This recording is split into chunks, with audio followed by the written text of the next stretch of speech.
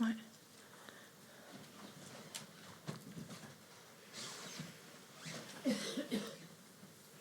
J'avais deux petites questions. Est-ce que les méthodes qu'on a vues, est-ce qu'elles ont été préconisées par le Bouddha ou ça a été postérieur à lui? Non, c'est des méthodes. On a vu dans les lignées, justement sur la diapo avec les lignées, c'est des méthodes qui viennent du Bouddha. Okay. Ah oui, c'est vrai. Ouais. Ok. Et j'avais une autre question. Parce qu'en fait, dans le monde occidental, même si on n'a pas des problèmes avec nos mères, Ouais. on a tendance à ne pas être très, je ne sais pas comment ça se dit, remerciant envers... Reconnaissant. reconnaissant, Ouais. merci. Et du coup, parfois, ça m'aide de penser que tous les êtres, même si je n'ai jamais été mère dans cette vie, mais que tous les êtres ont été mes fils. Est-ce que c'est une bonne approche ou pas? Oh bah oui. Ouais, ouais. Dire, en fait, le truc, c'est de trouver l'approche qui va fonctionner pour nous. Et si ça nous permet de générer de l'amour, de la compassion, de penser que tous les êtres ont été nos enfants, ouais, super. Merci. De toute façon, c'est vrai aussi. Hein. Non, mais je veux dire, c'est juste un moment, c'était nos mères, un moment, c'était nos enfants. Donc, si ça marche mieux pour nous de penser du point de vue que c'était nos enfants, bah, c'est génial. On a trouvé une façon qui marche pour notre esprit. Donc ça, c'est super. On associe peut-être moins la bonté d'un enfant vers son parent que d'un parent vers son enfant. Peut-être. Ouais, mais je veux dire, si on considère que... Si on, ouais.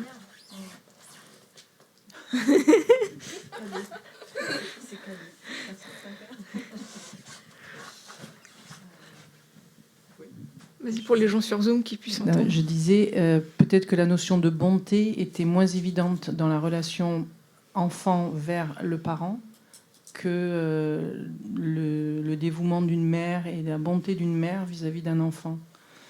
Mais ceci dit, avec l'âge, en règle générale, l'enfant devient bienveillant envers son parent aussi. Et puis l'enfant devient peut-être aussi le parent. Et l'enfant, en devenant parent, souvent devient encore plus bienveillant vis-à-vis de son propre parent, c'est clair.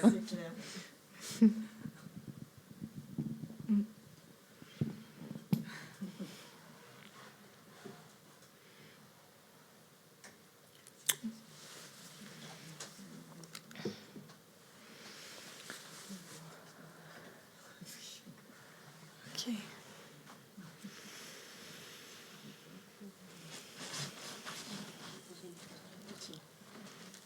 Une dernière question. Oui. Hier, vous m'avez dit qu'on ne peut pas demander de l'aide au Bouddha, puisque le Bouddha était en nous quelque part. Donc, à la limite, on pourrait se demander de s'aider soi-même, mais c'est pas ça.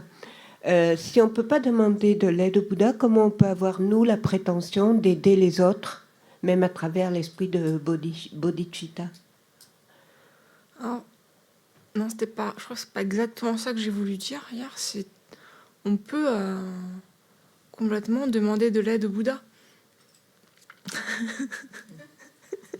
Hier, c'était non.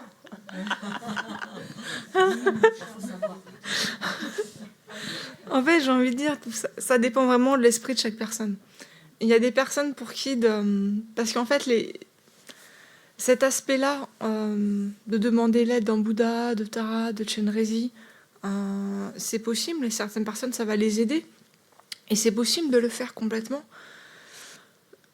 en pensant notamment que le Bouddha est inséparable de notre maître, donc ça permet comme ça de recevoir les bénédictions de notre maître.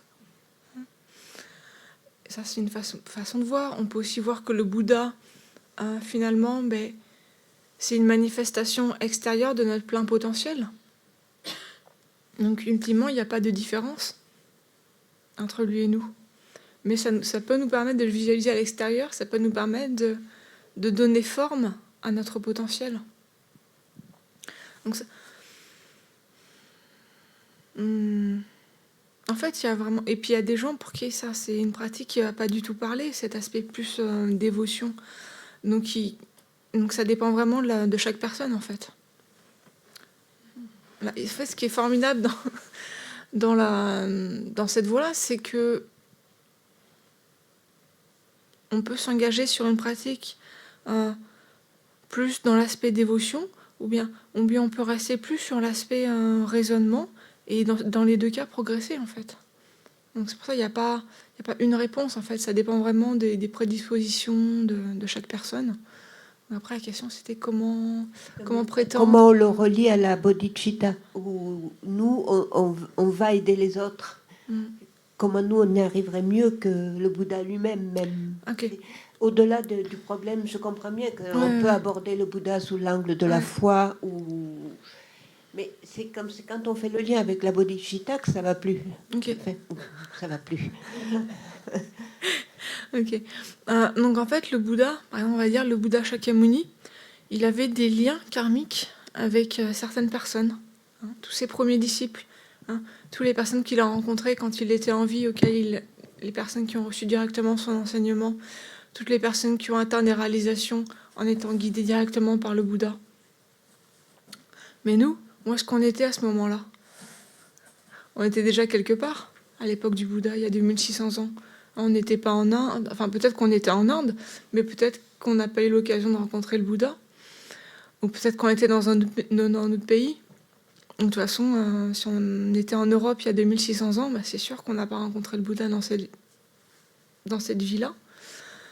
Donc le Bouddha, il avait des liens karmiques particuliers avec certaines personnes. Et nous, pourquoi est-ce que nous-mêmes, on aspire à devenir Bouddha? C'est parce que nous aussi, on a des liens karmiques particuliers avec certaines personnes. Donc on va devenir Bouddha pour pouvoir aider ces êtres-là avec lesquels on a des liens karmiques particuliers. Tous ces êtres qui ont été nos mères tellement de fois, qui ont été nos enfants tellement de fois. C'est pour les aider eux, en fait. Bien sûr, donc on pense à tous les êtres, mais en fait, c'est particulièrement tous les êtres avec lesquels on a un lien karmique qu'on va pouvoir aider. Ok.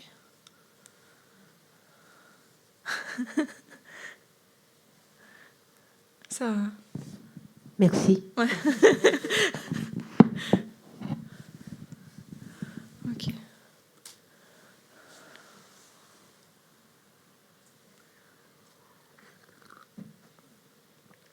Je peux poser une question sur Zoom?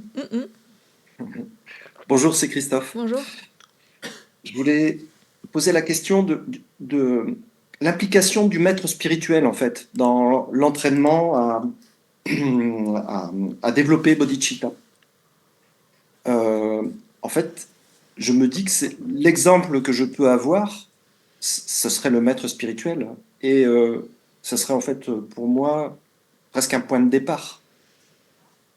Est-ce que je me trompe dans cette implication? Par exemple, l'exemple du maître spirituel? Oui. Comme source d'inspiration, le fait que le maître lui-même ait développé bodhicitta, et toi, ça t'inspire pour toi-même développer bodhicitta? Oui, pour me montrer justement cette voie Ouais. où mes écueils, me montrer mes écueils par son exemple. Oui, bien sûr, bien sûr. Non, mais la dévotion au maître, c'est une des portes d'accès, une des façons de progresser sur le chemin extrêmement puissante, extrêmement efficace. Donc si on a cette prédisposition, on va dire, ou cette aptitude de pouvoir reconnaître le maître, de pouvoir reconnaître ses qualités, peut-être de voir que lui-même a développé des qualités d'amour, de compassion, peut-être même bodhicitta. Et donc et par la force de son exemple, il nous montre que nous aussi, on peut suivre ce chemin-là. Oui, bien sûr, bien sûr. Et dans ces cas-là, ce qu'on peut faire, ce que nous conseille sa santé, c'est quand on fait les méditations sur bodhicitta, donc avant de faire une méditation, on va faire une prière, ne serait-ce que la prière de refuge. Et dans cette prière-là, on peut particulièrement visualiser Chenrezig, donc notre maître sous la forme de Chenrezig. et lui demander de nous accorder ses bénédictions pour pouvoir réaliser bodhicitta. Donc ça, pour les personnes qui vraiment ont cet ancrage dans la dévotion au maître, on peut faire les pratiques de cette façon-là. Ok, merci. Merci. Ok, s'il y a d'autres questions sur Zoom, c'est le moment. J'arrive pas à ouvrir le Zoom. Ah, voilà. Oui, Bonjour Jeannette. Ouais. bonjour. Vous avez parlé ce matin de la lignée secrète avec Maitreya. Est-ce que vous pourriez nous en dire un peu plus sur ce Bouddha, s'il vous plaît? Merci. Alors, la lignée secrète, c'est avec Manjushri. C'est la lignée de l'égalisation et de l'échange de soi avec autrui. Donc, c'est la lignée qui est passée par Manjushri. La lignée avec Asanga, c'est les 6 causes et un effet. Okay. Donc après, au niveau de Maitreya, on nous dit que c'est le prochain Bouddha. Alors je crois qu'il y a une statue. Ouais, c'est derrière l'écran. Il va falloir l'imaginer. C'est au-dessus de la mat Tsongkhapa, qui est en fait au-dessus de la photo de Rinpoche, où il y a la kata rouge. Au-dessus, il y a le Bouddha Maitreya. En fait, c'est le Bouddha qui est assis à l'occidental. Il est assis sur comme un tabouret. Il n'est pas les jambes croisées. Et on nous dit que c'est le prochain Bouddha qui va venir nous enseigner sur cette planète. Une fois que... Vous savez, c'est par cycle. Hein. Donc, quand les enseignements du Bouddha Shakyamuni auront été complètement... ils seront plus accessibles, en fait, sur cette planète. On dit qu'il y aura une époque où on n'aura plus accès aux enseignements du Bouddha Shakyamuni, une époque assez noire. Et après, il y a un nouveau Bouddha qui va venir nous enseigner. Ça sera le Bouddha Maitreya. Voilà. Et c'est aussi pour ça, pour la Masopa Rinpoche, c'était vraiment important qu'on construise des statues du Bouddha Maitreya pour favoriser la paix dans le monde et aussi pour nous permettre de créer une connexion avec ce prochain Bouddha pour que quand il vienne, on puisse être ses disciples, recevoir directement les enseignements de lui. Voilà. Merci. Ben, merci. Merci.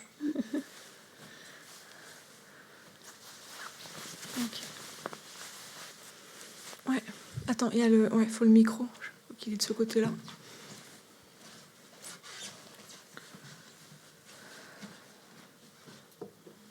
Et du coup, le bodhisattva, est-ce que... Donc, par contre, dans son objectif, dans mon avis, du coup, dans son objectif, il veut se réincarner pour continuer de libérer les êtres, ou oui, Ouais. lui, par contre, du coup, l'éveil, pas tout de suite. Alors...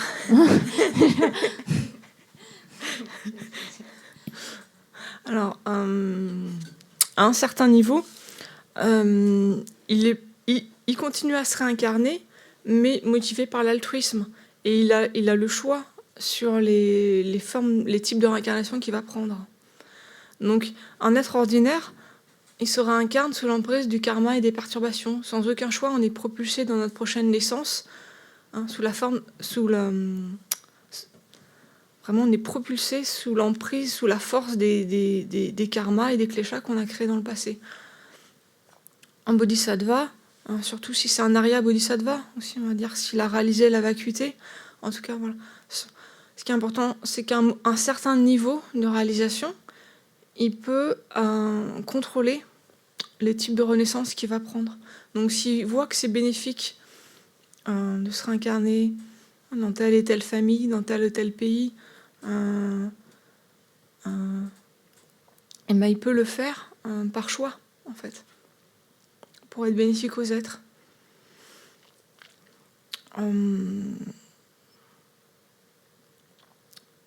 Et après, en fait, un Bouddha, c'est pas... Comment dire ? Un Bouddha, continuellement, il est bénéfique aux êtres. Donc, continuellement, il émane différentes formes pour être bénéfique aux êtres. C'est pas un Bouddha, c'est pas comme... Je sais pas, il est dans une espèce de paradis, et Non, enfin, continuellement, il va être naturellement bénéfique aux êtres. Et comme il est omniscient, ben, il sait exactement quelle forme va être bénéfique à quelle personne. Donc c'est pour ça qu'on peut dire que, en fait, on est continuellement guidé par les Bouddhas, puisque les Bouddhas, ils sont omniscients, donc ils connaissent nos esprits, hein. L'esprit de chacun d'entre nous, ils le connaissent. Donc quand ils voient il y a certains nœuds voiles qui se dissolvent, et quand ils perçoivent qu'on est prêt à être guidé de telle ou telle façon, bah, ils peuvent, hein, vraiment, de façon naturelle, spontanée, se manifester d'une façon ou d'une autre pour nous guider. Alors ça peut être sous une forme animée, sous une forme inanimée. Sous la forme de personnes, sous la forme d'objets, hein, sous la forme d'animaux, comme dans l'histoire d'Asanga et de Maitreya, où la chienne s'est transformée en Bouddha Maitreya. Parce que le Bouddha Maitreya avait pris cette forme-là pour aider Asanga à développer de la compassion. Donc sous la forme de livres, sous la forme de tout ce qu'on peut imaginer, le Bouddha, il peut nous guider. En fait, ça dépend vraiment de nous. Plus notre esprit va être prêt à être guidé, il faut aussi, bien sûr, il faut une ouverture de notre côté. Parce que si on est fermé, si notre esprit il est fermé, s'il y a plein de voiles, on peut avoir le Bouddha qui se manifeste en face de nous, on ne va pas le reconnaître. Okay. Donc, voilà.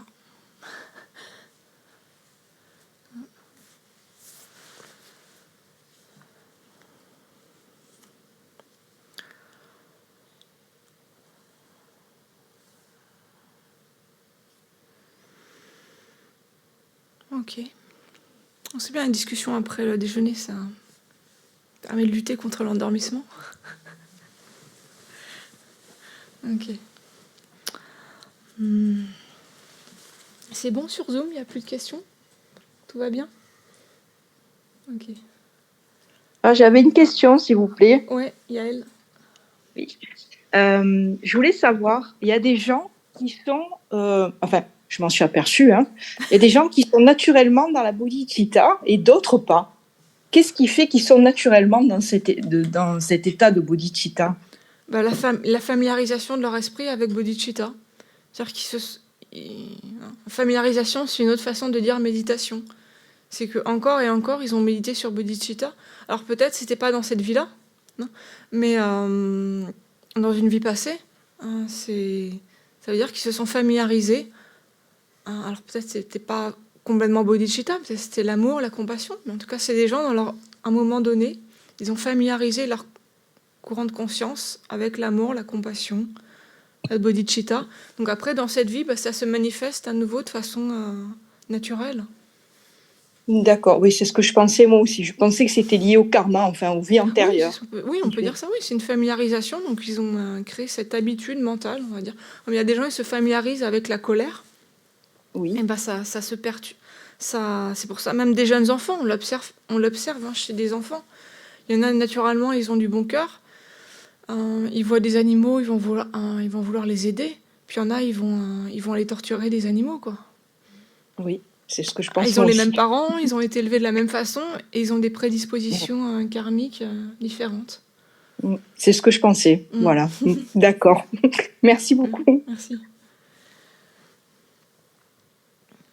Okay. Oui. Ah, Jeannette, oui.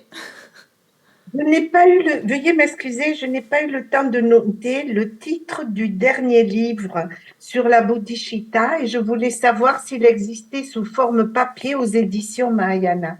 Alors, est-ce que c'est le livre de Lama Zopa Rinpoche, la Bodhisattva Attitude? Ah, peut-être. C'était un gros livre, j'ai vu. Oui. Ça doit être celui-là, oui. C'est celui-là, oui, parce que j'ai montré que c'est que le. Voilà. Ouais. Voilà. Alors, oui, il existe sous forme papier et sous forme d'e-book sur le site des éditions. Mais pas en PDF, vraiment un livre. Oui, le livre que je vous montre là, je ne sais pas si vous voyez en même temps le. Non, j'arrive pas à lire. C'est j'arrive pas à lire. Ça s'appelle la Bodhisattva Attitude. Merci. Ce que je vais faire, ouais, à la pause, j'essaierai de vous trouver le lien direct et je le mettrai dans la discussion sur Zoom. Merci beaucoup. Ah, avec plaisir. Ok.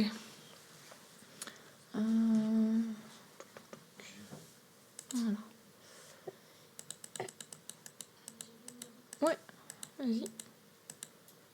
Juste du coup, parce que du coup, vous avez dit que donc, le Bouddha, ou même le Bodhisattva va se manifester sous toutes les formes qu'on peut avoir besoin. Est-ce que, c'est plus le même sujet, mais est-ce que nous, par exemple, ça peut marcher, en tout cas, c'est autorisé, si on a une perturbation ou quelque chose qui est dur au quotidien, de percevoir un peu la chose ou le problème comme si c'était un Bouddha qui se manifestait à nous pour nous aider, et du coup ça transforme un peu, vous voyez, la perturbation en se disant que ce soit quelque chose de dur, par exemple se dire c'est une épreuve qu'on m'apporte pour que je purifie quelque chose, ou alors d'une façon, si c'est avec quelqu'un, se dire je dois agir, essayer d'agir comme le Bouddha me l'enseigne, vous voyez, un peu prendre de... Oui, tout à fait. On peut réfléchir, on peut penser de cette façon-là. On peut voir les choses de cette façon-là si ça nous aide. Ça, vous allez le voir un peu plus dans le module suivant sur transformer les problèmes. Où justement, il y a toutes ces méthodes-là qui sont basées sur bodhicitta qu'on peut utiliser. Effectivement, par exemple, on fait l'expérience de la souffrance. Je sais pas, demain, je suis malade, j'ai de la fièvre, je suis pas bien. La façon dont je vais réagir, c'est-à-dire, je peux me morfondre, me dire « Oh là là, c'est horrible, ça m'arrive qu'à moi, ces trucs-là. Je vais passer une semaine au fond du lit alors que j'ai plein de trucs à faire. Ma vie, vraiment, elle est horrible. » On peut se morfondre comme ça pendant une semaine. Ou on peut se dire « Ah, je suis malade. Mais je suis en train de, je suis en train de purifier un karma négatif. » Parce que si je suis malade, c'est forcément j'ai créé la cause à un moment de cette souffrance. De dire ok, cette semaine, je vais me dire que je purifie mon karma négatif. C'est déjà une façon beaucoup plus positive de vivre la semaine de maladie. On peut se dire en plus je vais vivre cette souffrance pour les êtres. Donc on peut faire Tonglen. Dire ok, en fait, mais je suis pas la seule personne à être malade. Il y a tellement de personnes qui sont malades, qui ont la même maladie que moi, ou même qui ont des souffrances encore pires. Je veux dire, je sais pas si c'est une grippe par exemple, c'est pas drôle, mais c'est pas un cancer, quoi. Donc dire ok, donc je vais utiliser cette expérience d'inconfort, essayer, même dans mon lit, de faire Tonglen. Même si on n'arrive pas à faire Tonglen, au moins penser qu'on a fait cette expérience-là pour les autres.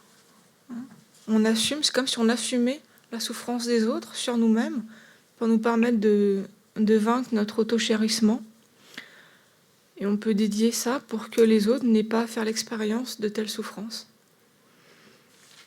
Voilà. Donc ça, c'est vraiment le module suivant sur transformer ses problèmes. En fait, on voit on n'a pas le choix. Je veux dire, bien sûr, tant que le karma n'est pas arrivé à maturité, on peut s'engager dans les pratiques de purification pour faire en sorte que tous ces karmas négatifs ne prennent pas naissance. Mais quand la situation elle est là, quand le karma il arrive à maturité, qu'on est malade, qu'on a de la fièvre, là ça va, c'est trop tard pour purifier. Mais par contre, là où on peut intervenir, c'est la façon dont on va vivre la situation. Est-ce qu'on se rajoute de la souffrance en n'acceptant pas la situation, ou est-ce qu'on arrive à utiliser cette situation pour développer encore plus de bodhicitta, de patience, etc. Ok.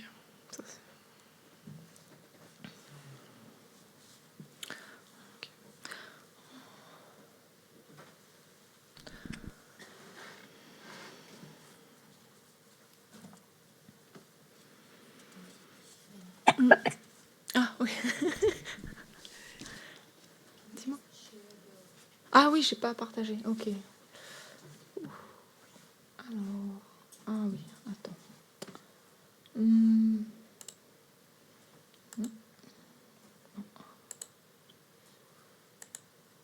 Ah, bon. comme ça.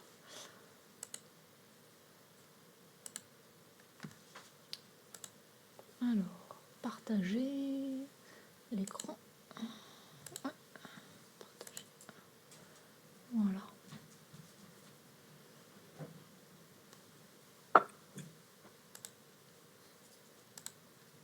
Ok. Est-ce qu'on revient sur la slide précédente? Alors. Parce qu'on n'a pas pu noter tout à l'heure, il y avait le. Je suis désolé. Non, il n'y a pas de souci. C'est vrai que je suis allée un peu vite sur la méthode combinée. Ouais, tout à fait. Et on n'a pas pu noter comme il y avait l'écran Ouais. du Zoom. Voilà. Donc la méthode combinée, hein, c'est la tradition de la Tsongkhapa. C'est lui qui a réuni les deux lignées. Et à partir de la Tsongkhapa, notre tradition, c'est de pratiquer les deux méthodes de façon combinée.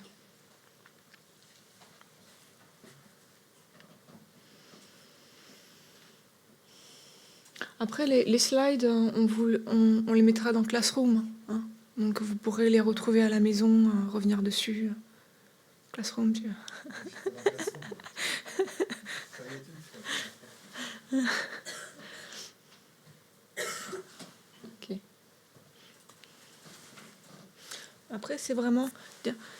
tous ces points-là, vous les retrouvez. Franchement, vous prenez tous les livres de Lamrim, vous allez dans la partie sur Bodhicitta, et vous allez les retrouver, hein, listés. Donc, si vous avez le manuel de découverte du bouddhisme, c'est tout à la fin, page 132. Il y a les 11 points qui sont listés. Oui, voilà. Non, mais vraiment dans tous les Lamrim, hein, c'est pas... Vous inquiétez pas trop par rapport à ça, je pense que vous allez facilement les retrouver.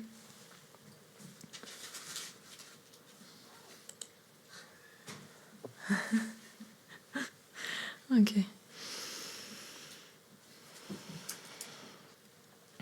Donc là, on a vu les méthodes pour développer bodhicitta. Donc c'est des méthodes dans lesquelles on s'engage par la méditation, donc sur le coussin. Et après, il y a tout un tas de pratiques dans lesquelles on s'engage vraiment dans la vie quotidienne, à tout moment de la journée. Donc il y a 6 activités qu'on appelle les 6 perfections, paramita en sanskrit. Et ça, c'est les activités qui vont nous permettre de faire mûrir notre propre courant de conscience, notre propre continuum mental. Et après, on a 4 activités qui s'appellent les 4 façons de rassembler les disciples, qui vont permettre au bodhisattva de faire mûrir le continuum mental des autres personnes qu'il va rencontrer.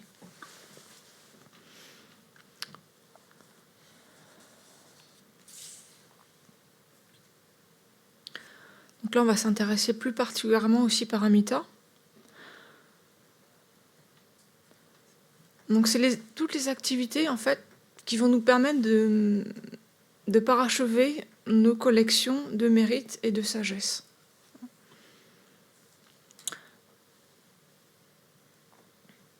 Et grâce, ça va nous permettre, on va dire ça autrement, d'accumuler une énergie positive qui va nous permettre de continuer à progresser sur le chemin du Mahayana. Et ainsi, ça va nous permettre d'atteindre l'éveil.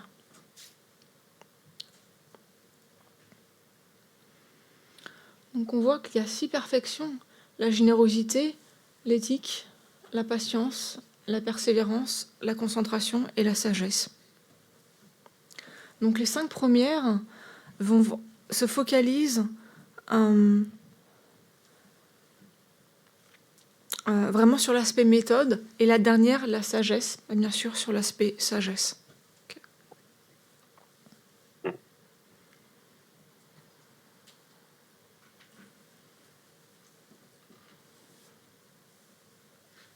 Donc pourquoi est-ce qu'on appelle ces activités des perfections, des paramitas?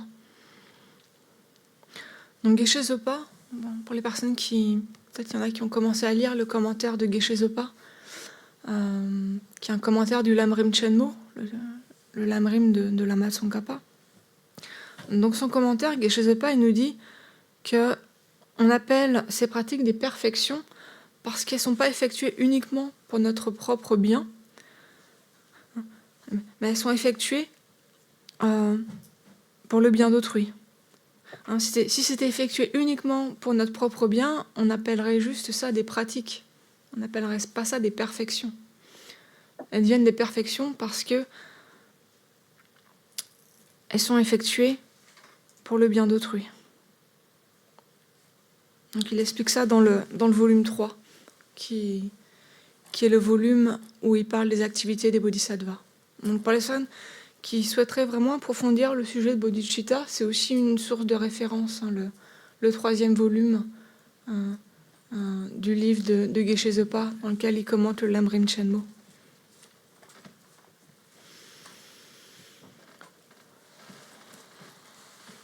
Donc la première, c'est la générosité.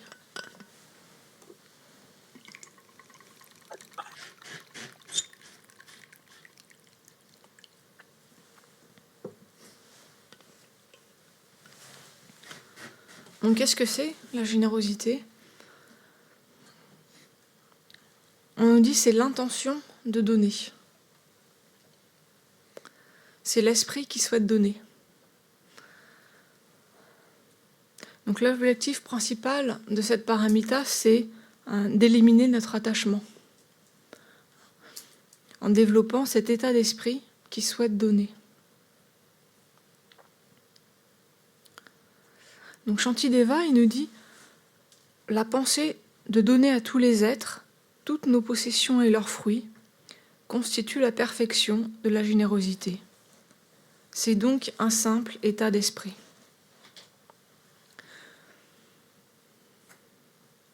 Donc ça, c'est vraiment important, le fait que la paramita de la générosité, c'est pas tant de effectivement donner des choses aux êtres que d'avoir cet état d'esprit qui désire donner, qui souhaite donner.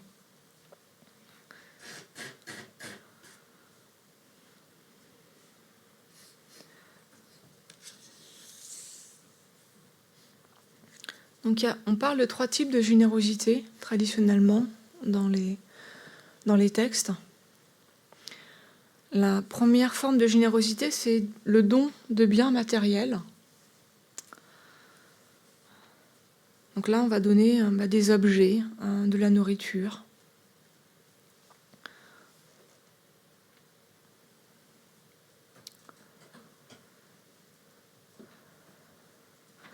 Puis le deuxième type de générosité, c'est le don de la protection de la peur. Donc là, on va aider, protéger ceux qui ont peur.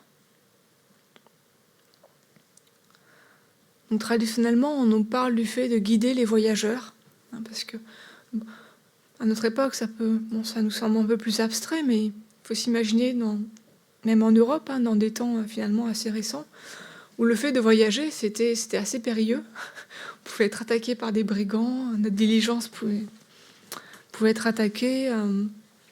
C'était vraiment une activité dangereuse de voyager. Donc là, ça va être le fait de protéger, de guider les voyageurs, de les protéger quand ils arrivent dans un pays inconnu, de les guider, de faire en sorte qu'ils ne se fassent pas attaquer, qu'ils prennent des chemins qui soient sécurisés, de les avertir de dangers éventuels.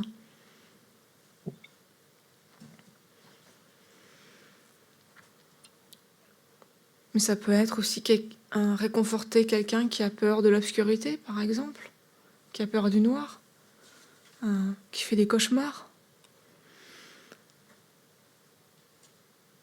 Et ça peut bien sûr, par exemple, prendre la forme de prendre le temps d'écouter quelqu'un.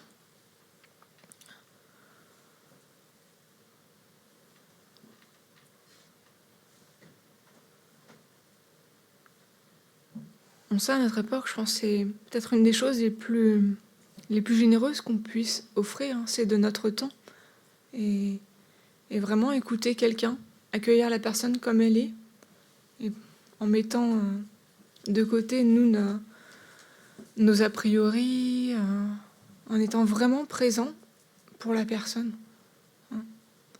Ça, c'est vraiment quelque chose de très précieux qu'on peut offrir aux êtres.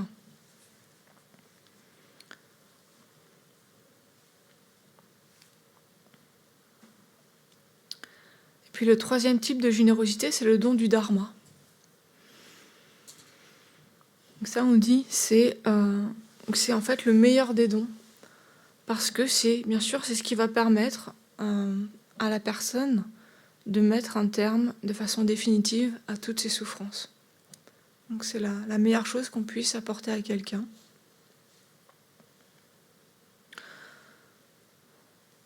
Et bien sûr, il ne s'agit pas forcément d'enseigner de façon formelle le dharma, mais ça peut être... On peut apporter le dharma à quelqu'un sans lui dire forcément que c'est du dharma. C'est juste en partageant ça, peut-être avec un collègue, de façon complètement informelle, sans utiliser des mots bouddhistes, mais juste faire passer peut-être une idée, un message, dire « Ah, mais moi, dans ma vie, j'ai un moment, j'ai eu la même difficulté que toi, et c'est de penser de cette façon-là qui m'a aidé, sans lui dire que ça vient du Bouddha. » Enfin, après, tout dépend de la personne, hein, mais des fois, c'est pas approprié. Donc, et on peut faire passer comme ça des expériences, des compréhensions avec les autres, quand on voit que c'est approprié. Il ne s'agit pas de faire du prosélytisme, hein, de vouloir convertir les personnes au bouddhisme, hein, c'est pas ça. Mais c'est juste partager nos compréhensions, nos expériences avec les autres, quand on voit que ça peut les aider, que c'est approprié.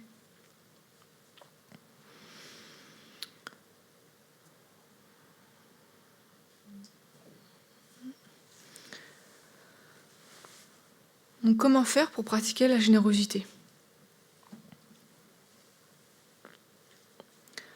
Shantideva, il nous dit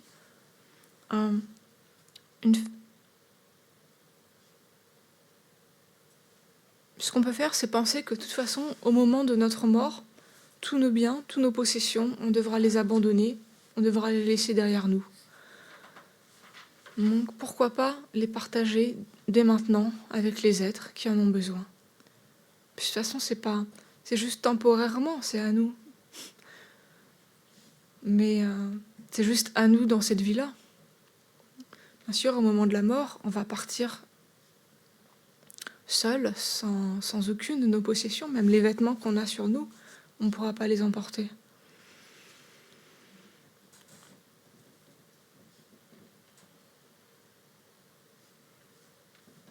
Il nous dit « En donnant tout, je serai délivré des océans de souffrance du samsara, et mon esprit atteindra la grande libération de l'éveil. Comme je devrais tout laisser à la mort, mieux vaut tout donner à tous les êtres dès maintenant. »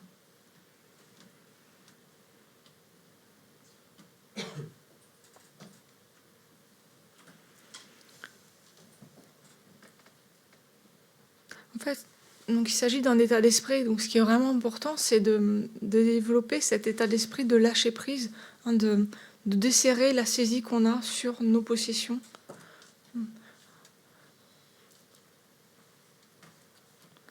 C'est plus de développer l'état d'esprit qui est prêt à donner des choses quand on rencontre quelqu'un qui en a davantage besoin que nous.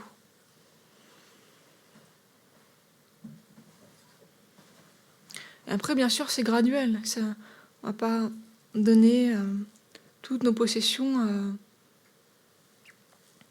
à un mendiant dans la rue. Je veux dire, après, peut-être il y a certaines personnes qui sont très avancées. C'est des pratiques dans lesquelles elles peuvent s'engager, mais nous, c'est aussi important de voir où est-ce qu'on en est, à notre niveau, qu'est-ce qu'on peut donner, qu'est-ce qu'on est capable de donner de façon confortable, sans après le regretter. Et même, ils disent au début, hein, pour s'entraîner à pratiquer la générosité, à développer cet état d'esprit, si on est quelqu'un qui a beaucoup d'attachement, beaucoup de saisie par rapport à ses possessions, on va faire, c'est juste, on prend quelque chose comme une carotte, un truc tout bête, une carotte, on donne la main gauche, donne la carotte à la main droite. Après, la main droite va donner la carotte à la main gauche. Mais ça paraît tout bête, mais si on a beaucoup de saisie, d'attachement par rapport à nos propres biens, juste de faire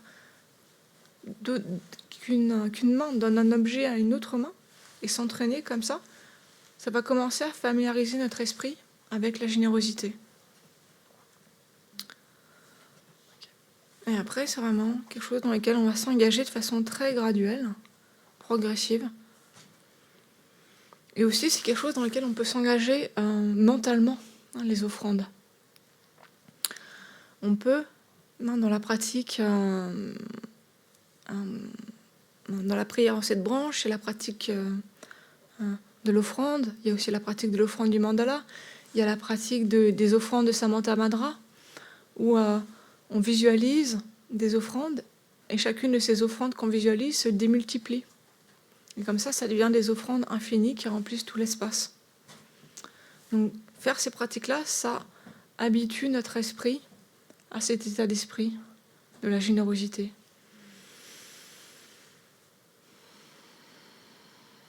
On habitue notre esprit à devenir de plus en plus vaste. Et en plus, si on fait ces pratiques, bien sûr, en pensant qu'on fait toutes ces offrandes au Bouddha, ça nous permet d'accumuler une énergie positive extrêmement vaste.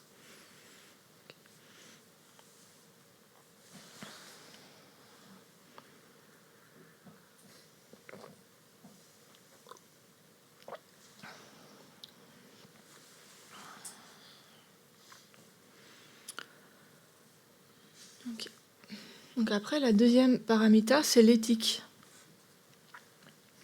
Donc qu'est-ce que c'est l'éthique ?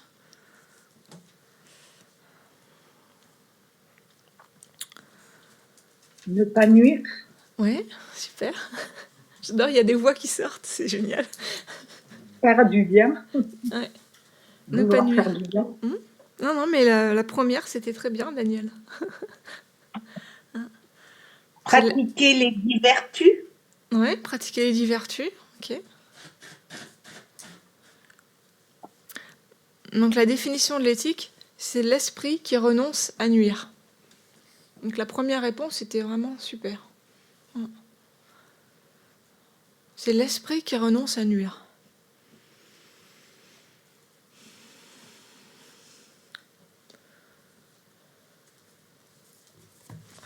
Donc là encore, on voit que c'est comme la générosité, c'est un état d'esprit.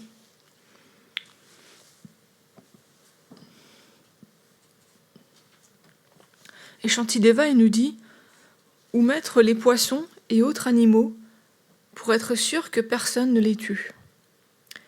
La perfection de la discipline, c'est de renoncer à nuire. Une discipline éthique, c'est la même chose. Non, bien sûr, dire on ne peut pas... Comment faire pour protéger tous les êtres, pour protéger tous les animaux, pour que personne ne leur nuise ? On ne peut pas les mettre dans un lieu sûr. On pourrait imaginer qu'on crée une réserve naturelle, bien sûr, mais on ne pourra pas y faire entrer tous les animaux dans cette réserve. Ça va être très très compliqué. Mais par contre, si on développe l'esprit qui renonce à nuire, alors de fait, on va protéger tous les êtres. C'est comme si on se mettait nous-mêmes dans une réserve, en fait. On va protéger les êtres. On va arrêter de leur nuire.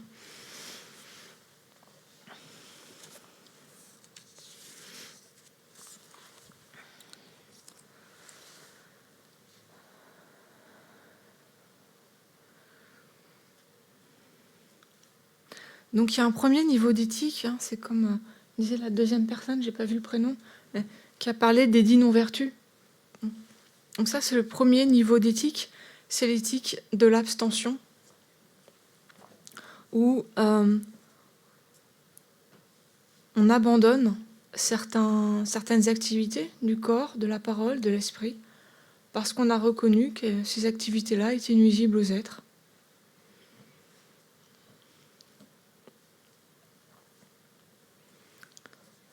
Donc vous les connaissez, les 10 non-vertus ? Non ? Oh. J'ai du mal à le croire. Ne pas tuer, ouais. Ne pas voler. Ne pas mentir. Inconduit sexuel. Ne pas mentir intentionnellement. Ouais. Ne pas utiliser des produits intoxicants. Les intoxicants.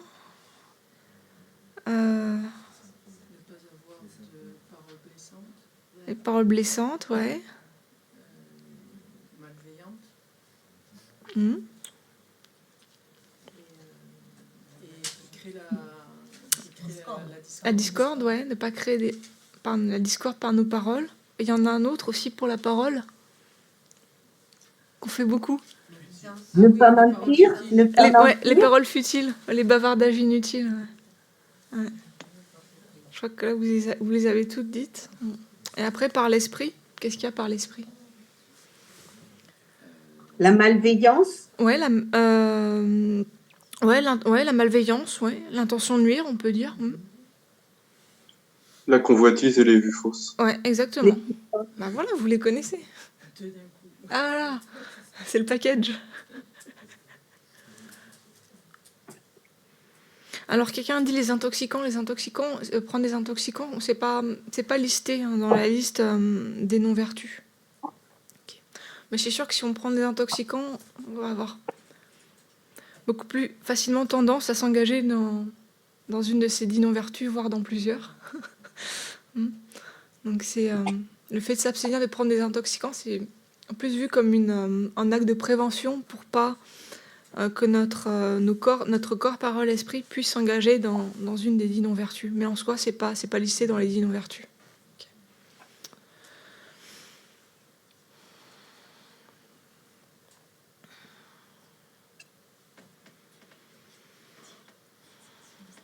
Okay. C'est clair? Vous en manque?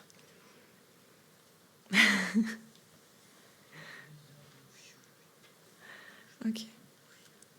Donc on voit que toutes ces activités-là, si on s'engage dans une de ces activités, ça va avoir pour effet de nuire à quelqu'un.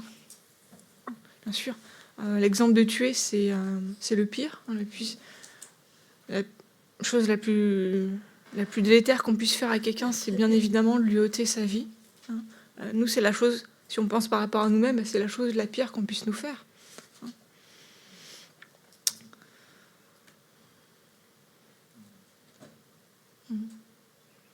Donc, toutes ces activités, on considère, voilà, c'est des non-vertus parce que ça va nuire à la personne, aux personnes.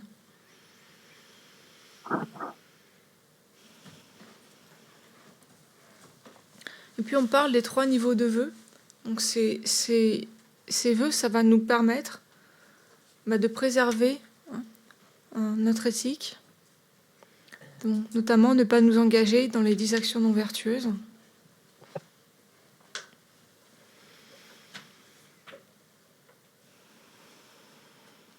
Donc on a les vœux qu'on dit de libération individuelle, les vœux de pratimoksha.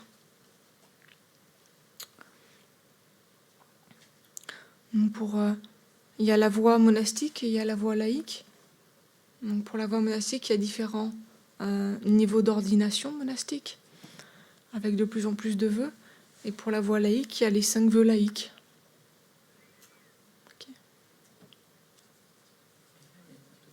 Oh, et là, voilà, on peut prendre le vœu de ne pas prendre d'intoxicants. Exactement. Vous les connaissez, ces vœux laïques? Oui, dis-nous. Ne pas tuer, ne pas voler, ne pas mentir, ne pas avoir d'inconduite sexuelle et de ne pas prendre d'intoxicants. Voilà. Pas tuer, pas voler, pas mentir, pas d'inconduite sexuelle, pas d'intoxicants. Donc ça, c'est des vœux qu'on peut prendre en même temps qu'on prend refuge. On peut en prendre alors soit les 5 en même temps, soit on peut choisir d'en prendre juste 1, 2, 3, 4, 5. Et puis on peut, si on n'est pas encore prêt pour prendre les 5, on peut en prendre plus tard, on peut les rajouter plus tard, quand on est prêt. Et souvent, voilà, traditionnellement, c'est des vœux qui sont donnés en même temps que la prise de refuge. Ouais.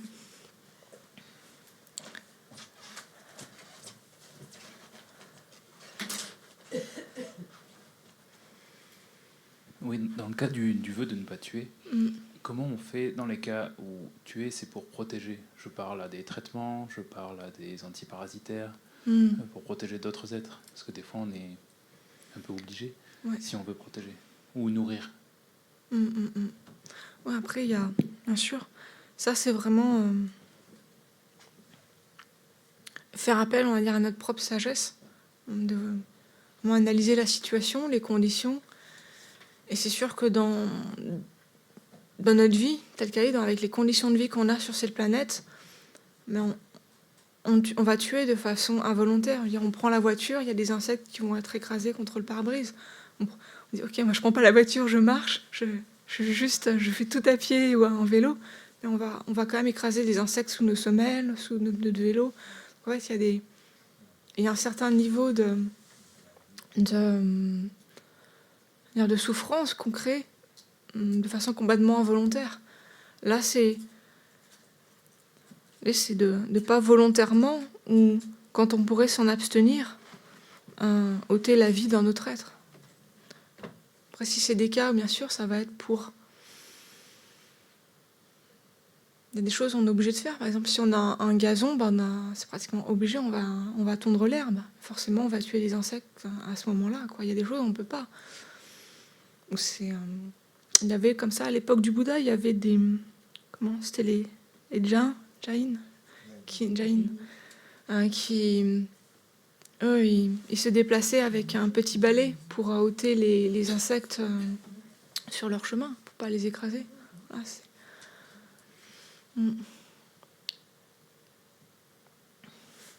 c'est vraiment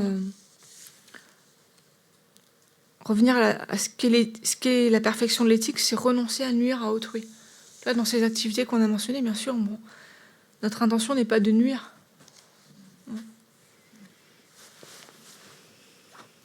Est-ce que, je dirais, en tuant avec éthique,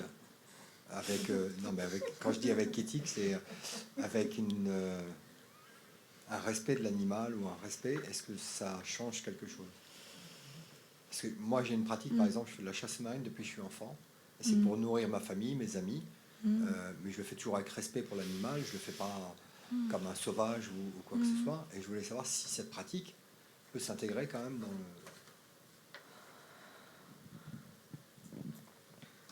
Alors traditionnellement, le fait d'ôter la vie d'un être par la chasse, la pêche, c'est considéré comme étant négatif, parce que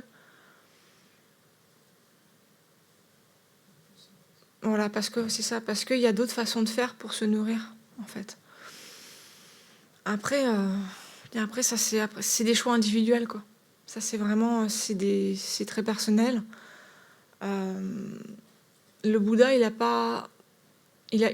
par rapport à la question d'être végétarien, il nous a vraiment laissé le choix. Il n'a pas imposé le fait de ne pas manger de chair animale ou de poisson, etc. Donc ça, c'est vraiment un choix personnel. Après, c'est vrai que pour quelqu'un, c'est vrai qu'à notre époque actuelle, quand on voit les conditions d'exploitation des océans ou des animaux qui sont élevés pour l'élevage,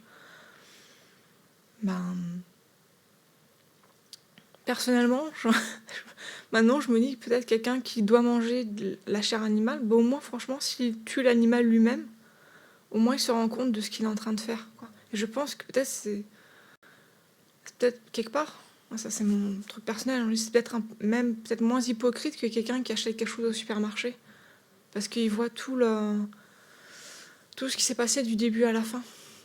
Donc je me dis, mais si tous les gens qui mangent de la chair animale, s'ils devaient eux-mêmes tuer les êtres, je pense que notre consommation réduirait vraiment de façon très importante. Et quand on voit les conditions d'élevage actuelles, c'est vrai que c'est très difficile de participer à ça, quoi. Et voilà, ça c'est vraiment c'est des choix personnels après. Parce que c'est vrai que je dirais quand je vais chasser comme ça, j'ai toujours une pratique après avoir attrapé un poisson, c'est de remercier l'animal, voilà, de toujours faire quelque chose qui fait que je le fais pas comme ça juste pour tuer. C'est vraiment pour nourrir et puis à un moment avoir un respect de l'animal, parce que j'apporte respect et je le fais pas en tuant comme ça et en tuant tout vient. Je vais faire des parties de plongée par exemple de 4-5 heures et ça va être un poisson et souvent c'est des gros espèces de façon justement à pas aller à tuer des alevins ou des petits ou des... C'est un poisson et ça va être pour dire voilà, ça va être pour manger pour ce soir pour tout le monde. Après, voilà, sur cette question-là, Il y a un texte écrit par Lama Shapkar, qui est publié en français. Il y a une traduction publiée en français chez Padmakara. Ça s'appelle Les larmes du Bodhisattva. Donc ils analysent vraiment cette question-là de consommer de la chair animale par rapport au sutra, par rapport à la voie des Bodhisattvas, par rapport à la voie des tantras. Donc pour les personnes que c'est un sujet qui intéresse, c'est vraiment un livre vraiment... Les larmes de quoi? Les larmes du Bodhisattva. Chez Padmakara, aux éditions Padmakara.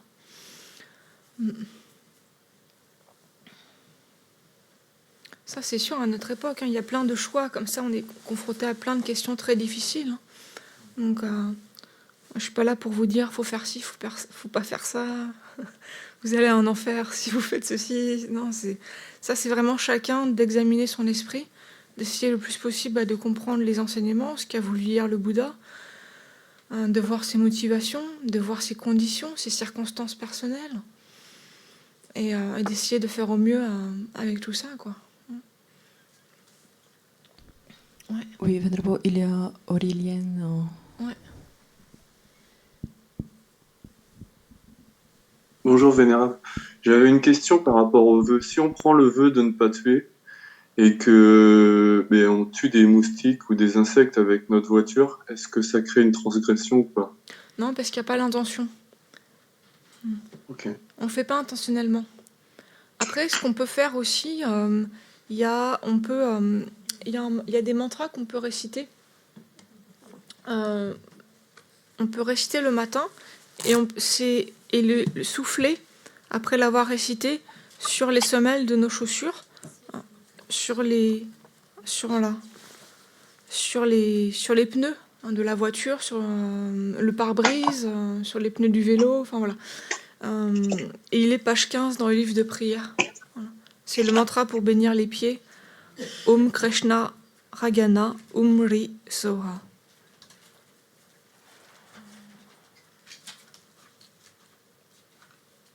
Merci Tout en bas de la beaucoup. page 15.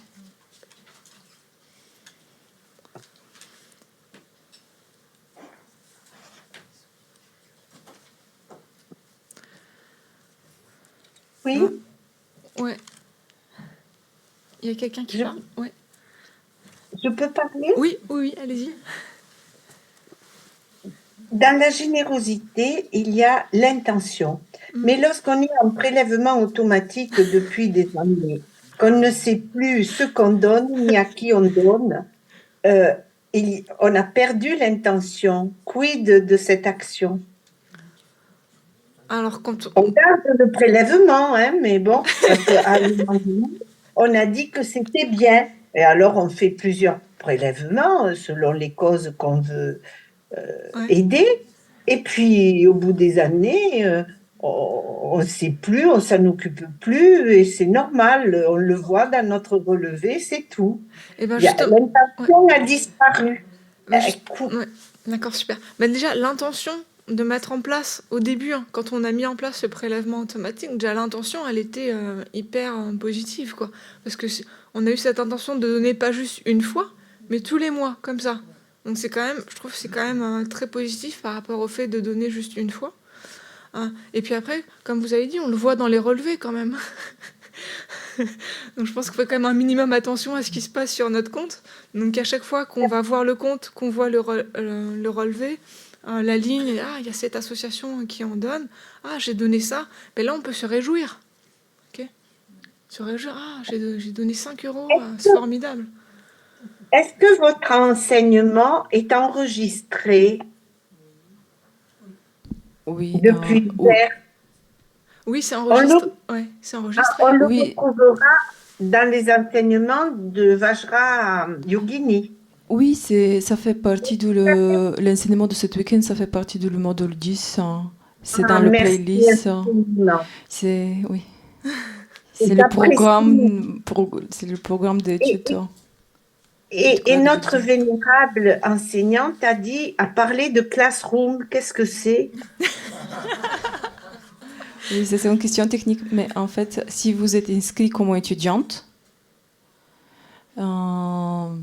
pas poursuivre le Ah oui, cours d'accord. sur Non, non, je découverte du suis bouddhisme. inscrite. Non, non, je ne suis pas inscrite. Oui, D'accord, j'ai donc ça compris. c'est la plateforme pour Oui, valider j'ai compris. suivre le cours. Si vous voudrez savoir plus, écrivez un email à spicier@institutevajrayogini.fr. Oui, oui, oui, oui, j'ai compris, Oui. En merci. fait, c'est juste, voilà, c'est la plateforme pour le matériel, où il y a les évaluations, les choses comme ça, pour les personnes qui sont inscrites à découverte du bouddhisme. Oui, oui, je suis inscrite à l'approfondissement de la méditation, puis à un autre de Jingpa aussi à Genève. Mais là, voilà, je ne savais pas. Merci. Ok. Mais pour la générosité, oui. Alors après, ça c'est pareil, ça c'est, je veux dire, c'est un choix personnel. Si on sent que ça soit un prélèvement automatique, ça nous déconnecte de notre générosité, et ben dans ce cas-là, on peut faire l'effort tous les mois de manuellement, voilà. on va dire ponctuellement, aller faire le don, si on préfère, parce que ça va nous permettre de réaffirmer cette intention. Bien voilà. sûr, on peut Et le faire de voilà. cette façon-là.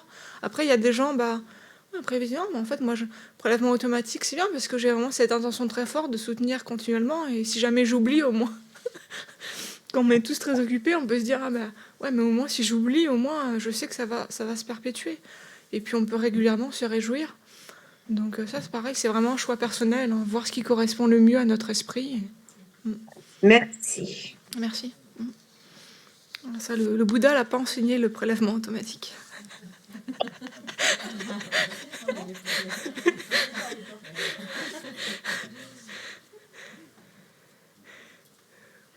Et du coup, mais en même temps, le bodhisattva, du coup, est-ce qu'il a besoin de... Il n'a pas ce besoin, par contre, lui, de se réjouir ou de se rappeler constamment ce qu'il fait pour ancrer sa pratique. Je veux dire, pour lui, c'est normal, non? Je veux dire, il va pas, par exemple, oublier enfin là on parle de prélèvement, donc voilà, mais il va pas oublier, admettons, si c'est un bodhisattva, il va pas le matin oublier que c'est un bodhisattva. Non, ça, il va pas oublier que c'est un bodhisattva, parce qu'il y a toujours la bodhicitta qui est présente dans son esprit sans qu'il ait besoin de la réactiver, comme nous. Nous, on a besoin tous les matins, par exemple, de penser à la souffrance des êtres pour réactiver notre motivation de bodhicitta. Lui, c'est naturel, c'est spontané. Mais là, on parlait... moi, je prenais des exemples par rapport à nous-mêmes, hein, pas des bodhisattvas. Ouais. Oui, mais la réjouissance, c'est une pratique qui est vraiment... C'est une pratique très importante tout le long du chemin. Et c'est vraiment... Ça génère un élan positif. Mais on va en parler, c'est vraiment lié à la persévérance. On appelle aussi l'effort joyeux. Donc ça, on va y arriver. Oui, c'est vraiment... Non, mais ça, c'est une pratique très, très importante pour tout le monde. Ok. Donc, on parlait des vœux de pratimoksha. Après, on a un deuxième niveau de vœux, où c'est les vœux de bodhisattva. Donc ça, on n'a pas trop le temps de rentrer dans les détails, mais vous pouvez Ce qui est intéressant avec les vœux de bodhisattva, c'est qu'on peut les étudier, les lire, avant de les avoir pris. Ils ne sont pas secrets, ces vœux. Donc on peut vraiment se dire, ok, il y a un livret aux éditions Mahayana sur les vœux de bodhisattva où ils sont listés, ils sont commentés. Donc on peut aller les lire. Et même si on n'a pas pris les vœux, déjà on peut s'inspirer de ces vœux-là. Et puis on peut se dire, est-ce que je suis est-ce que je suis capable de prendre ces vœux? Est-ce que c'est possible, hein? Puis en les lisant, ça peut générer l'enthousiasme, l'aspiration de vouloir les prendre. Et puis après, il y a un troisième niveau de vœux, où c'est les vœux tantriques. Alors là, les vœux tantriques, ils sont secrets. Donc on ne peut pas les lire avant de les avoir reçus. Et ça, les vœux tantriques, on les reçoit quand on prend une initiation de la 4e classe des tantras. Et d'ailleurs, pour prendre les vœux du tantra, on est obligé aussi de prendre les vœux de bodhisattva. Okay.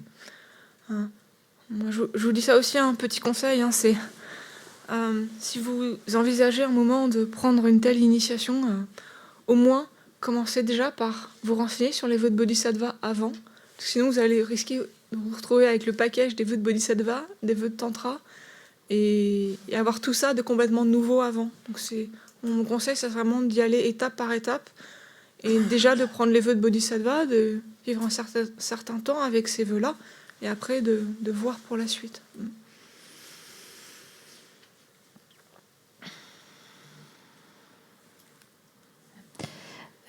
Et pour une initiation tantrique, par exemple, je sais que cet été, Youngster Rinpoche vient faire une initiation à Vajrasattva. Est-ce qu'il faut, avant, au préalable, avoir une initiation qui n'est pas tantrique? Alors ça, je ne sais pas du tout par rapport à cette initiation exactement. Dans le cadre de découverte du bouddhisme, le module 13, je crois que c'est le 13, s'appelle Introduction au Tantra. Donc toutes les questions sur les tantras, déjà, je pense que vous allez avoir beaucoup de réponses dans l'enseignement de Christian.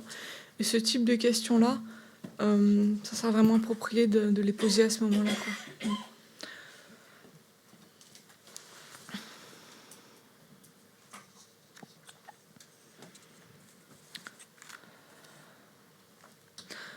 Donc les vœux, ces 3 niveaux de vœux, ils forment comme une pyramide. Okay. On a la base, la fondation, c'est les vœux de pratique moksha. Sur cette base-là, on peut prendre les vœux de Bodhisattva, et sur la base des vœux de Bodhisattva, on peut prendre les vœux du Tantra, qui forment vraiment le sommet de la pyramide.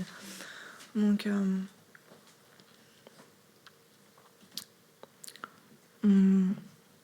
oui, en ce qui concerne les Tantras, c'est une pratique qui est fondée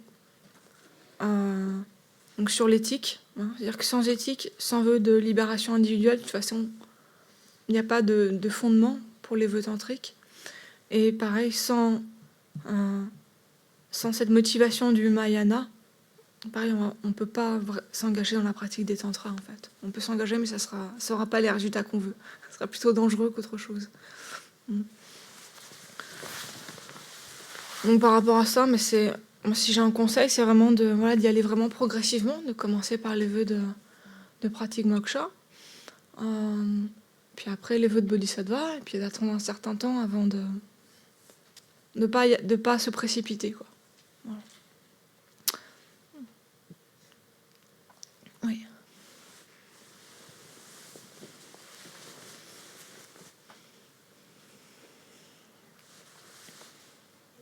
Est-ce qu'il faut avoir pris les 5 vœux de refuge avant de prendre les bodhisattvas? Par exemple, si on est fumeur,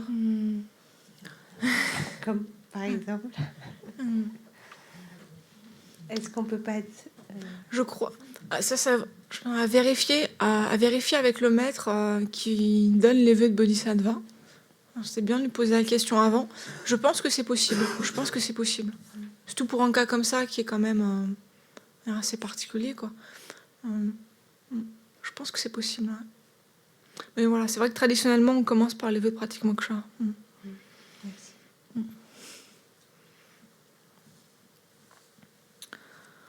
Okay. Donc les vœux de bodhisattva, il y a 18 vœux racines, 46 vœux secondaires. Donc déjà, ça fait... Ça, je dis y aller progressivement parce que déjà, ça fait pas mal. Il y a de quoi travailler.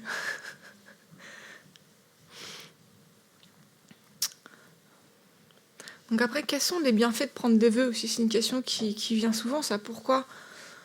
Il dit, bah oui, moi, naturellement, je vais pas aller tuer quelqu'un, donc j'ai pas besoin de prendre le vœu de ne pas tuer. Donc les bienfaits de prendre le vœu, c'est que constamment, on va créer énormément de ce qu'on appelle les mérites, cette énergie positive, puisqu'on s'est engagé constamment, pour toujours, pour toute cette vie, en tout cas, pour les vœux pratiques moksha, c'est un engagement pour la vie, à pas tuer. Alors si juste on tue pas, quand on aurait peut-être l'occasion, entre guillemets, on serait dans une situation où on pourrait tuer quelqu'un, on fait le choix de ne pas tuer, c'est positif à ce moment-là. Mais si on a pris le vœu, c'est quelque chose de positif continuellement. Puis le fait de prendre un vœu, c'est un vœu qu'on prend devant les Bouddhas, devant les 3 joyaux, devant notre maître. Donc ça nous aide à être vigilants. C'est un engagement qui est beaucoup plus fort quand on prend un vœu. C'est comme une promesse. Donc ça va nous aider, hein, si à un moment, on va être sur le point de faire une des activités qu'on s'est engagé à pas faire, le fait de s'être engagé à pas la faire, ça va nous aider à vraiment respecter cet engagement-là.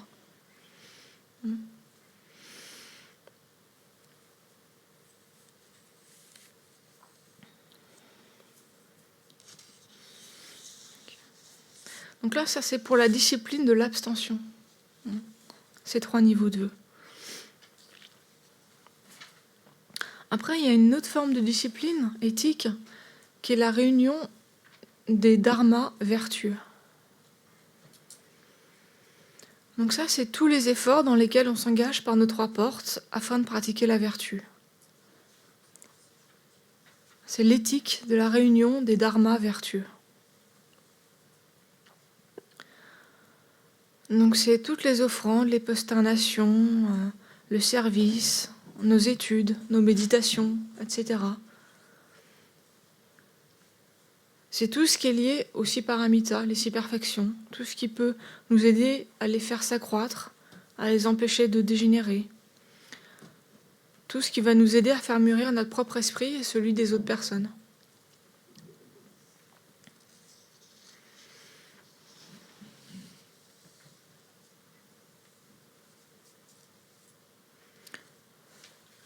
Et puis il y a une autre classification, c'est la dernière de l'éthique, c'est l'éthique de mettre en œuvre le bien-être des êtres. Donc c'est toutes les actions qu'on va faire par notre corps, nos paroles, notre esprit, avec la pensée d'être bénéfique aux autres.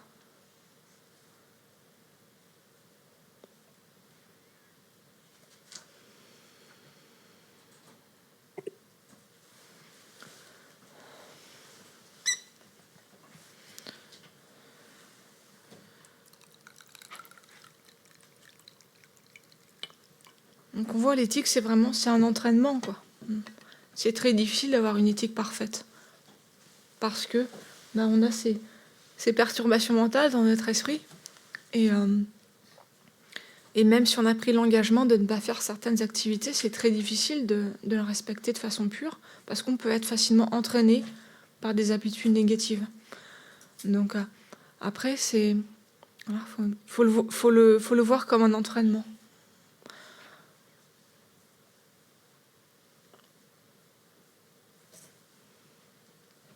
Est-ce que vous connaissez les causes de la parfaite renaissance humaine ?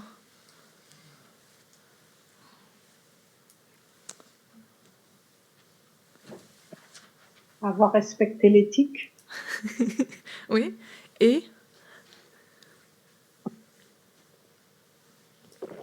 l'autre cause ? Avoir fait des vœux. Avoir fait des prières pures. Ouais, les prières d'aspiration, ouais, c'est aussi une cause. Mais j'en pense à une autre qui est plus importante. Vouloir le bien-être de tous les autres, de tous les êtres humains, de tous les êtres en général. Protéger la vie, ouais, ça c'est l'éthique. Ouais. En fait, c'est la générosité. Générosité et éthique. Donc on retrouve les 2 premières paramitas. C'est ça qui fait qu'on a actuellement cette précieuse vie humaine. C'est que dans le passé, on a pratiqué la générosité, on a pratiqué l'éthique, et en plus de ça, on a fait des prières d'aspiration. On a émis des souhaits.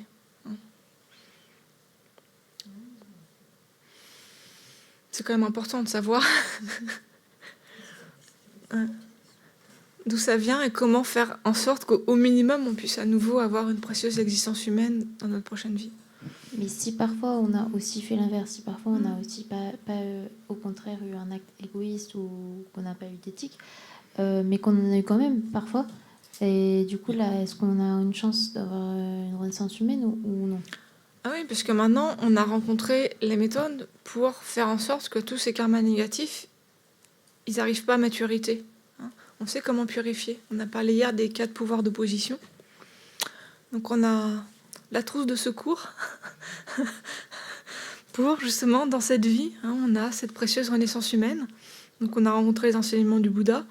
Donc on a les méthodes pour nous permettre de faire en sorte que ces karmas négatifs qu'on a créés, ils n'entraînent pas de cause.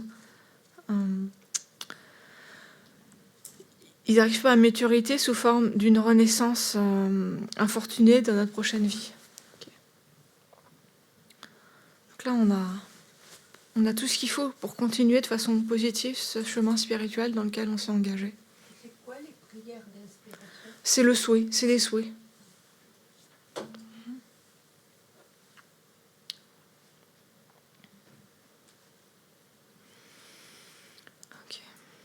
Je peux poser une question?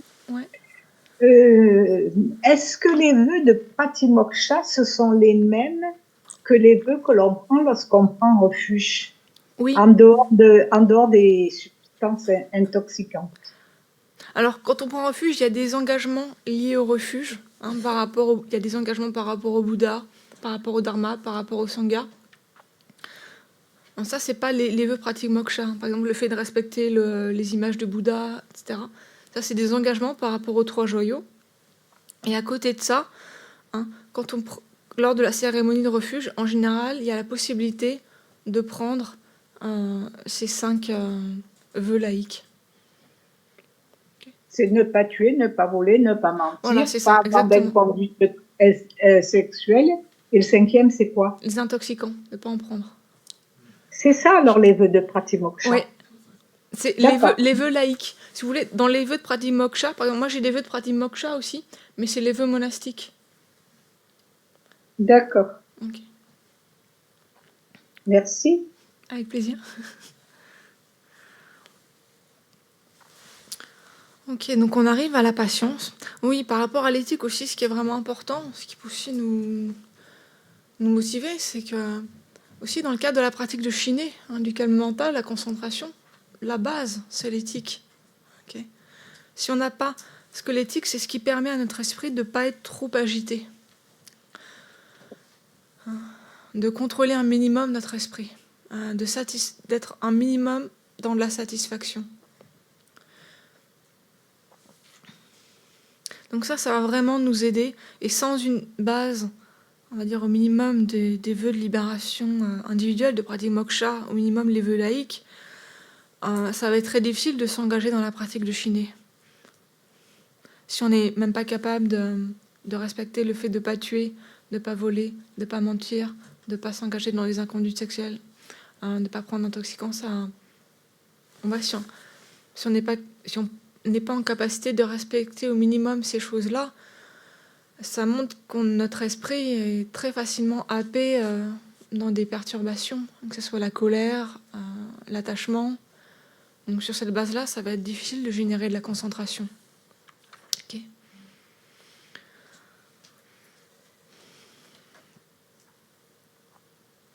Donc on arrive à la patience.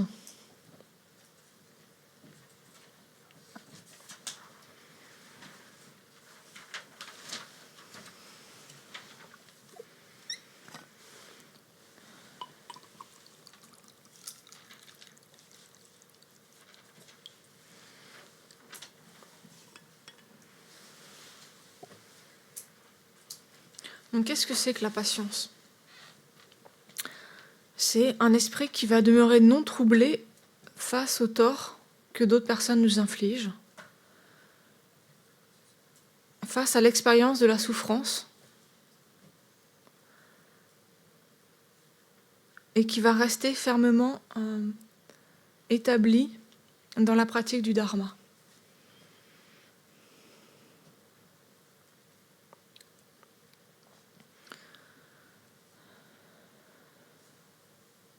Shantideva nous dit « Il n'y a pas de vice égal à la haine, ni d'ascèse égale à la patience. »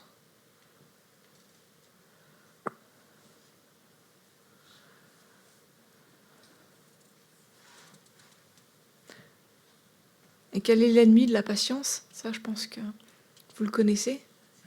La colère. Voilà.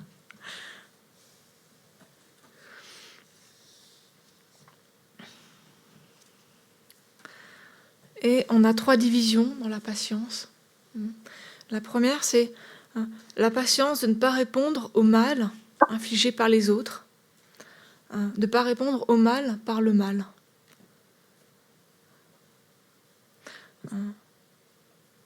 Donc ça, c'est ce qu'on pratique quand on rencontre un ennemi.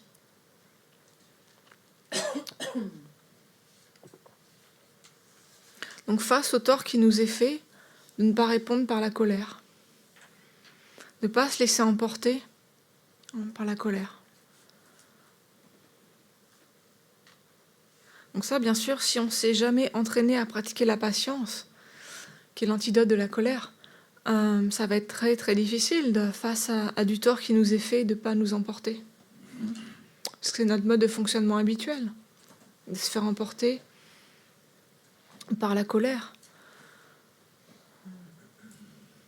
Donc ça, c'est une pratique. Donc on s'entraîne à la patience sur le coussin par la méditation analytique en réfléchissant aux inconvénients de la colère. En voyant, donc dans le passé, quand je me suis mis en colère, qu'est-ce qui s'est passé? Donc on essaie de trouver un exemple dans notre vie, quelque chose de très concret. Je vois au travail, une réunion avec des collègues, on a été emporté par la colère. Et voilà, quand une personne commence à être sous l'emprise de la colère, souvent les autres, eux aussi se mettent dans la colère. Et quel a été le résultat de cette réunion? Est-ce qu'on a réussi à œuvrer de façon harmonieuse ensemble, à prendre des décisions qui étaient source de bien-être pour notre mission commune? On voit que non, quand on est sous l'emprise de la colère, c'est pas productif. C'est pas là où on va trouver des solutions appropriées.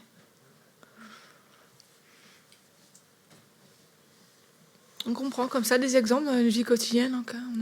Dans ce cas-là, je me suis mis en colère, qu'est-ce qui s'est passé? Dans cette autre situation, je me suis mis en colère, qu'est-ce qui s'est passé? Et on voit qu'en fait, on a l'impression que la colère, elle va nous aider, mais en fait, ça ne nous aide pas. On nuit aux autres, sous l'emprise de la colère, très facilement, on va pouvoir avoir des paroles qui vont vraiment blesser quelqu'un. On peut détruire une relation qu'on avait mise des années à construire avec quelqu'un, juste par quelques paroles. Après, à réparer, ça va être très long, très compliqué.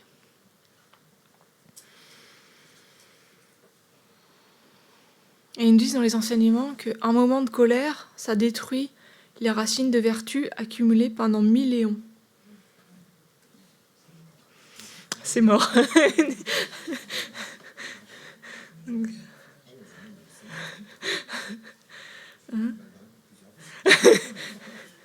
Donc heureusement, ne vous inquiétez pas, on a les pratiques de purification quand même. Ouf. Parce que sinon, effectivement...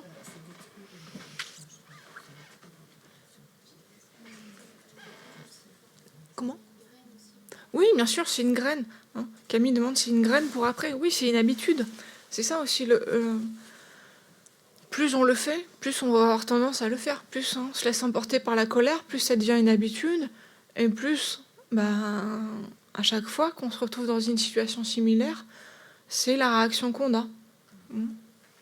Et plus on développe la patience, plus on se familiarise avec la patience, et plus on va pouvoir, dans les situations où avant on était complètement emporté par cette colère, juste avoir ce moment, on va se dire ok, stop. Qu'est-ce qui se passe? On prend un peu de recul, peut-être juste on va pouvoir revenir peut-être aux sensations corporelles, à notre respiration, à voir ce qui se passe en général, c'est qu'on n'a pas le choix, on est complètement emporté par la colère. On ne se rend même pas compte qu'elle est là et on la suit. On se laisse complètement emporter par ce flot d'énergie. Et là, juste le fait de pratiquer la méditation, par exemple, juste la méditation toute simple où on observe notre souffle et on laisse les pensées s'élever sans les suivre, comme on a fait ce matin. Juste ça, juste faire ça quelques minutes chaque jour, ça va faire que quand on va être à la réunion de travail, où notre collègue va dire telle chose, qui à chaque fois que quelqu'un dit quelque chose comme ça nous énerve et on se laisse emporter, là on va voir dans notre esprit s'élever cette tendance à la colère, cette pensée. Ça peut commencer par une irritation, on va le voir dès le début. On va dire, ok, il y a ça qui s'élève. Ouais, mais j'ai décidé d'essayer une autre méthode, d'essayer de pratiquer la patience, de rester calme et de répondre autrement à la situation. Alors, si on sait qu'on a tendance à s'énerver dans telle ou telle situation, ben on peut anticiper. La prochaine fois, on va être dans une telle situation pour préparer une réponse différente. Ok, les 10 dernières réunions de travail, je me suis mis en colère parce que parce qu'il s'est passé ça. On va dire, ok, en fait, qu'est-ce qu'on pourrait trouver comme autre façon peut-être on peut proposer autre chose. On dit, ok, donc on va proposer cette façon de faire. On se prépare mentalement. Et comme ça, la prochaine réunion, on va observer qu'il y a l'irritation qui commence à s'élever. On reste cool, on reste focalisé sur notre respiration. Puis au moment où c'est approprié, on peut proposer cette alternative. Mais comme nous, on va être calme, il y a beaucoup plus de chances que nos collègues nous écoutent.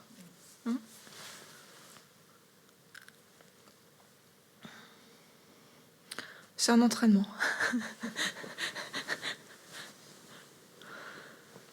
Après, le gros inconvénient de la colère, c'est que se mettre en colère contre un bodhisattva, ça c'est très très très négatif en fait. Ça, c'est... Si on veut détruire nos mérites, il n'y a pas mieux que de se mettre en colère contre un bodhisattva. Et le truc, c'est qu'on ne sait pas qu'il y a un bodhisattva.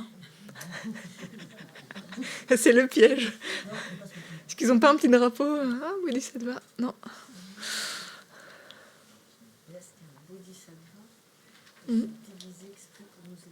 Bah oui, est-ce qu'un bodhisattva peut se déguiser exprès pour nous énerver? Bien sûr. C'est son boulot. Et comment est-ce qu'on peut travailler sur la patience si on n'a personne qui nous titille, hein? On ne sait pas, peut-être le collègue, ça fait... Il dit, non, mais c'est pas possible, ça fait 10 réunions, je lui fais le même coup, et à chaque fois, il retombe dans le même piège. Attends, je sais qu'il est à l'Institut ce week-end, mais... Ah là là.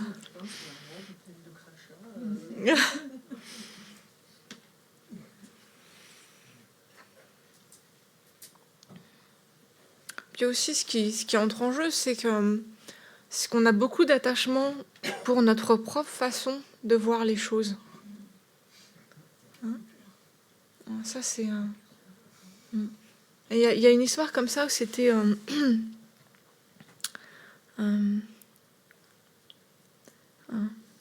il pleuvait, donc il y avait vraiment...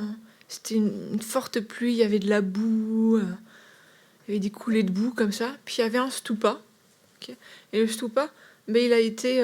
non, c'était pas un stupa, c'était une statue du Bouddha. Et une statue du Bouddha, et commençait, il y avait la boue qui lui arrivait sur le Bouddha, en fait. Et quelqu'un est passé et a vu ça, a dit non, mais là, il faut que je trouve une façon de faire pour protéger cette statue du Bouddha. Moi, j'ai pris refuge, donc je respecte les images du Bouddha. Donc là, ça va pas, le Bouddha, il va être complètement emporté par cette boue. Et il cherchait qu'est-ce qu'il pourrait faire pour protéger le Bouddha, comment faire un petit abri et tout, et il trouvait pas. Et il s'est dit, en fait, la seule chose que la personne a trouvée, c'est de prendre une de ses chaussures et la mettre sur la statue du Bouddha pour le protéger, pour faire une petite niche. Okay. Donc il a fait ça, puis il a poursuivi son chemin. Et après, quelques jours après, il y a quelqu'un qui arrive, donc il a cessé de pleuvoir. Voilà, on ne se rend pas compte de la situation que la première personne a rencontrée. Ces personnes arrivent et voient quoi? Quelqu'un a osé mettre une chaussure sur le Bouddha? Mais c'est pas possible, il y a des gens, ils ont aucun respect. Qu'est-ce que c'est que ça? Elle est mise en colère, elle enlève, elle jette la chaussure. Donc on ne sait pas. Pourquoi est-ce que la personne a fait ça? On ne sait pas.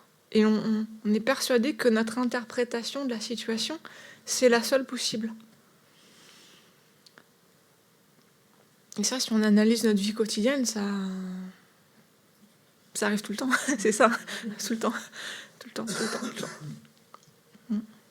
Et un autre exemple, c'est avec les tasses. Quand on range la vaisselle, il y a des gens qui mettent la tasse comme ça, à l'endroit. Parce que si on la met à l'envers, ça va faire un petit cercle sur l'étagère. Hein?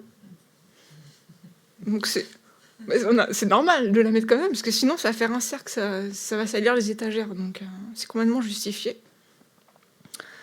Mais on habite avec quelqu'un, lui, il dit non, mais en fait les tasses, il faut les mettre à l'envers, parce que si on les met à l'endroit, il y a de la poussière qui va rentrer dans la tasse. Qui a raison.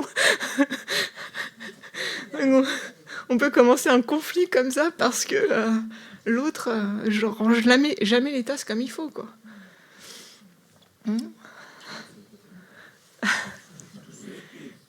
Comment? Il faut vivre tout seul. Bah oui, mais si on vit tout seul, on a moins d'occasions de pratiquer la patience. C'est dommage.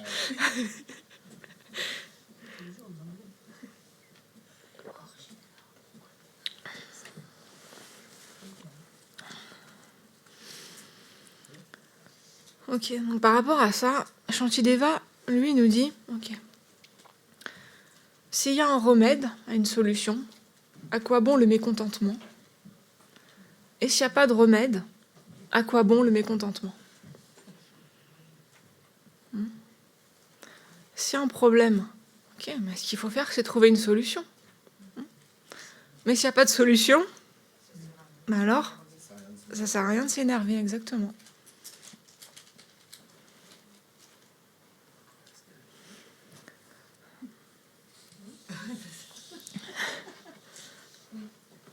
Ouais. C'est juste une petite citation. Ouais. Le micro.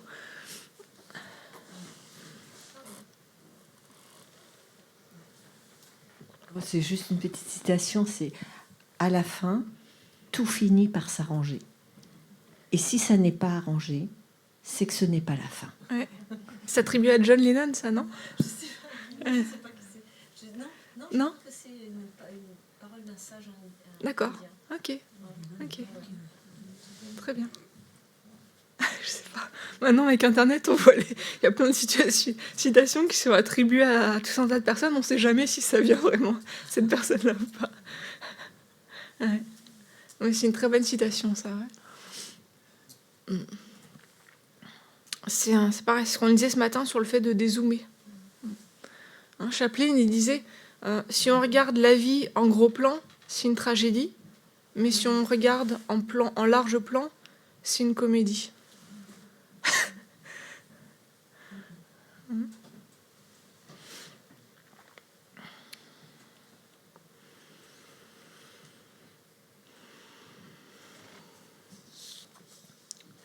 Donc ça, c'est la patience de ne pas répondre au mal qui nous est fait, au tort qui nous est fait par le mal, par le fait de blesser nous-mêmes autrui. Puis après, il y a la patience de supporter la souffrance, d'accepter la souffrance.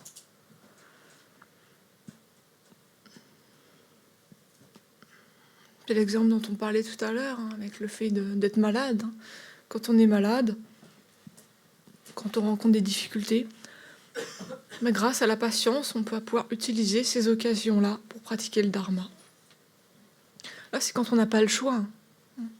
Bien sûr, si on peut prévenir une maladie, bien sûr, on la prévient. Si on peut prévenir certaines difficultés, on les prévient. Mais quand la maladie est là, quand les difficultés sont là, on n'a pas d'autre choix que d'y faire face. Et là, c'est comment est-ce qu'on va vivre cette situation-là. Ça, on a un choix là-dessus.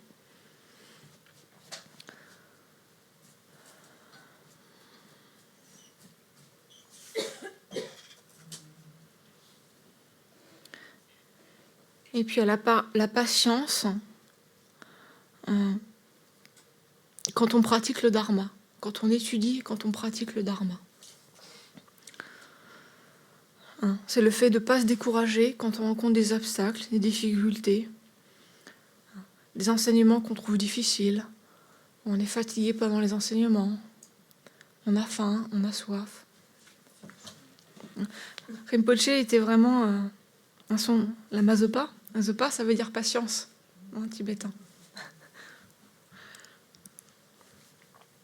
Il nous enseignait vraiment, quand on faisait des retraites avec lui, l'enseignement pouvait durer jusqu'à 2, 3 heures, 4 heures du matin. Et puis, à nouveau, le lendemain matin, après juste quelques heures de sommeil, on se levait pour aller à nouveau prendre les préceptes avant le lever du jour, et comme ça, on continuait. Donc là, on faisait vraiment... il nous a vraiment aidé à travailler la patience face aux difficultés qu'on peut rencontrer quand on pratique le dharma.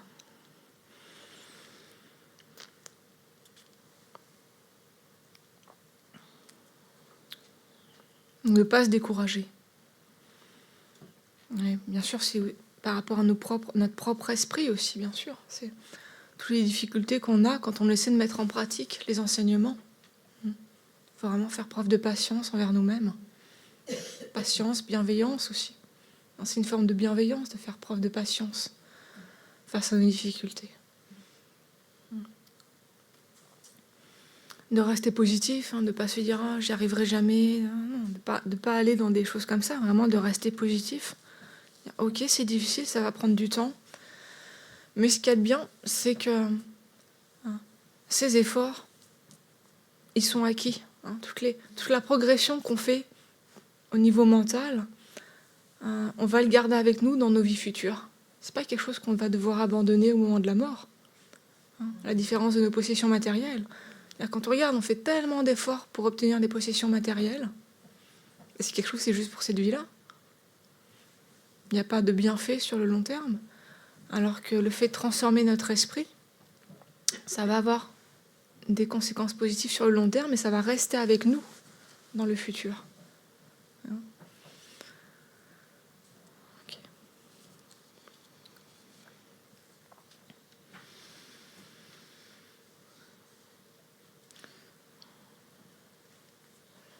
Je crois qu'il faut faire une pause l'après-midi. On parle de patience. Vous attendez patiemment. C'est bien. Bon, vous l'avez mérité alors, la pause. Je ne vais pas vous faire comme un botché jusqu'à 3h du matin sans interruption, c'est pas possible. Ok, bon on se retrouve alors. Il est 16h10, donc 16h30. 20 minutes de pause. Ok, super.